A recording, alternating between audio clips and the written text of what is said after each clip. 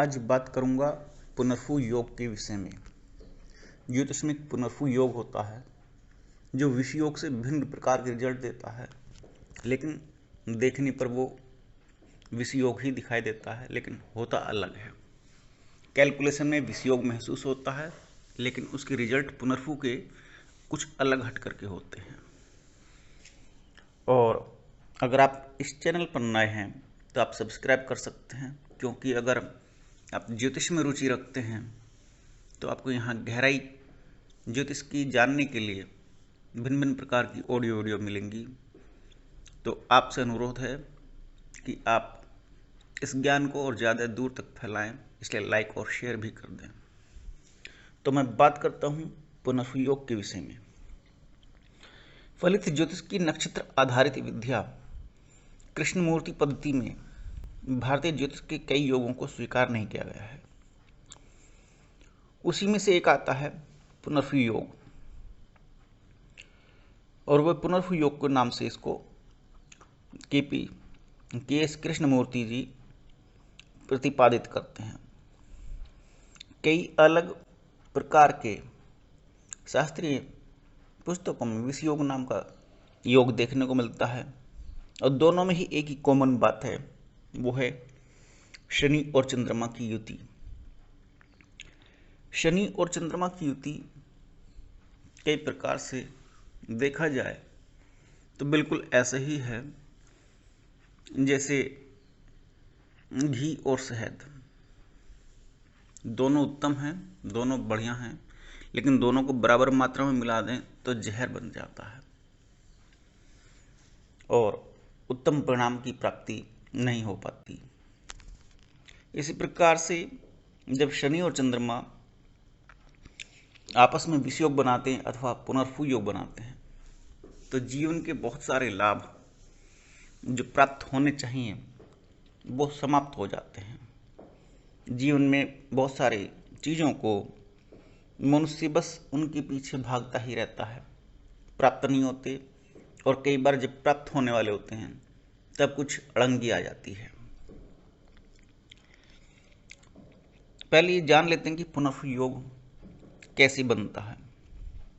जब शनि और चंद्रमा एक ही राशि में स्थित हों, जब शनि और चंद्रमा की एक ही नक्षत्र युति हो, अर्थात दोनों एक ही नक्षत्र में स्थित हों, जब शनि और चंद्रमा के मध्य परस्पर दृष्टि संबंध हो, अर्थात शनि चंद्रमा को, चंद्रमा शनि को, दोनों एक दूसरे को सप्तम दृष्टि से देख रहे हों।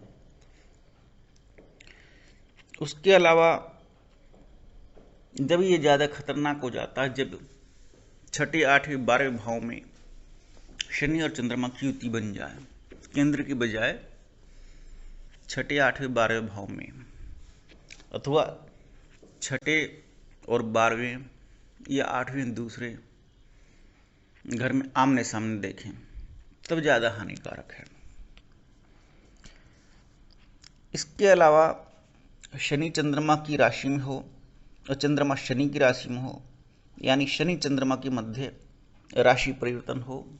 कहने को तो ये परिवर्तन योग है, लेकिन इसके नुकसान भी कम नहीं हैं।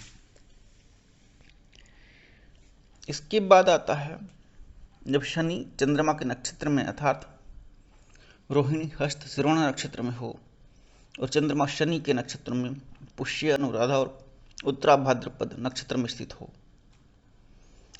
शनि चंद्रमा के उपनक्षत्र में और चंद्रमा शनि के उपनक्षत्र में स्थित हो।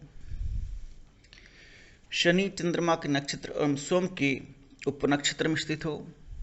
अब इसका उल्टा कर लीजिए, चंद्रमा शनि के नक्षत्र में और सोम के उपनक्षत्र में स्थित हो। हालांकि कैलकुलेशन है, जो नए हैं ज्योतिष के लिए उनके लिए कठिन है, लेकिन जो ज्योतिष समझते हैं वो बातों बातों में ही ज्योतिष को समझ जाते हैं, वो कैलकुलेट कर लेते हैं।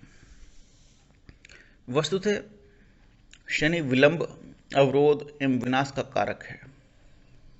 जब भी वह चंद्रमा को प्रभावित करता है या चंद्रमा से प्रभावित होता है तो अधिक बली हो जाता है।